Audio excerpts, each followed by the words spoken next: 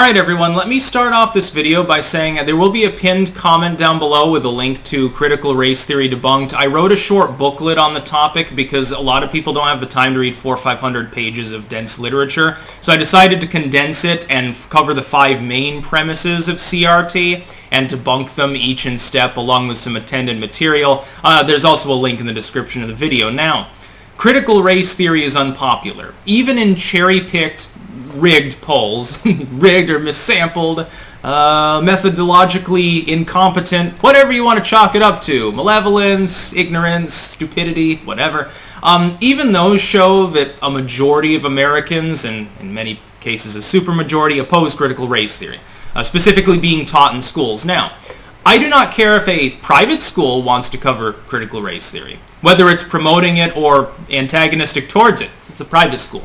I do have a problem with fake history being taught to students in an academic context in which it's taxpayer funded. This is the same as creationism. Evolution is reality. That should be taught in public schools. If they want to mention the fact that there are people that disagree, here's intelligent design, whatever, that's perfectly fine, but they don't need to be indoctrinated into what is fundamentally a religious premise. But if a private school wants to, I don't care if they say that the world was created on the back of a goddamn turtle.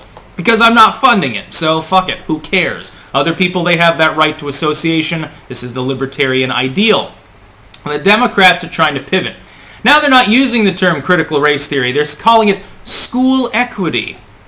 That's very interesting. They're bringing up that overused and usually misused term, equity again. You see, the problem is equity in the conceptual sense, in the theoretical sense as it's presented by the left, is I'm at the top. You know, I'm a privileged white male of some means. I reach my hand down and I pull my fellow man up just a little bit to give him an even playing field. I give the black man an even playing field and the white woman, because women are oppressed too, and someone who's gay or something. And so I uplift these people. I'm helping them. The problem is that's not actually ever how it works. The problem is what it really means is that someone who believes in CRT and wokeness and all this stuff comes along and pulls down all the people at the top. They're not uplifting anyone else. Teaching people junk history does not uplift anyone. If anything, it weakens the civic fabric of the United States, which, trust me, for some of these people who are literal Marxists, is actually the goal. Believe it or not, that Cold War mentality straggles on. They didn't win on class warfare, so now they're hoping to win on racial warfare. This will morph over time beyond this too. Unfortunately, subversive plots will never end. And by the way, that's what it is. It's basically spy versus spy. The funny thing is that the boomers were right and they just took their eye off the ball and got complacent because of good economic times. Jimmy Carter aside, of course, or Bush-Obama. But the Democrats are trying to rebrand this because they're taking attrition now for having supported critical race theory. The problem is they didn't expect that independent commentators and people on the right or libertarians, basically anyone who's not a leftoid, would successfully convince people that critical race theory was essentially what it really is. Number one, backed by Marxism. Number two, junk revisionism, whose premises literally self-refute. I point out there are 2 of these 5 main premises of CRT refute themselves. You don't even need to argue against them because they're literally, it's a self-fulfilling prophecy that they are self-evidently wrong because the premises themselves, in the course of a few short sentences, self-contradict. It's very interesting. So it's revisionist, and it's also bigoted. It is literally a form of bigotry against majority groups. Essentially, it professes that those groups have something to apologize for and atone for, and the government should be coordinating this.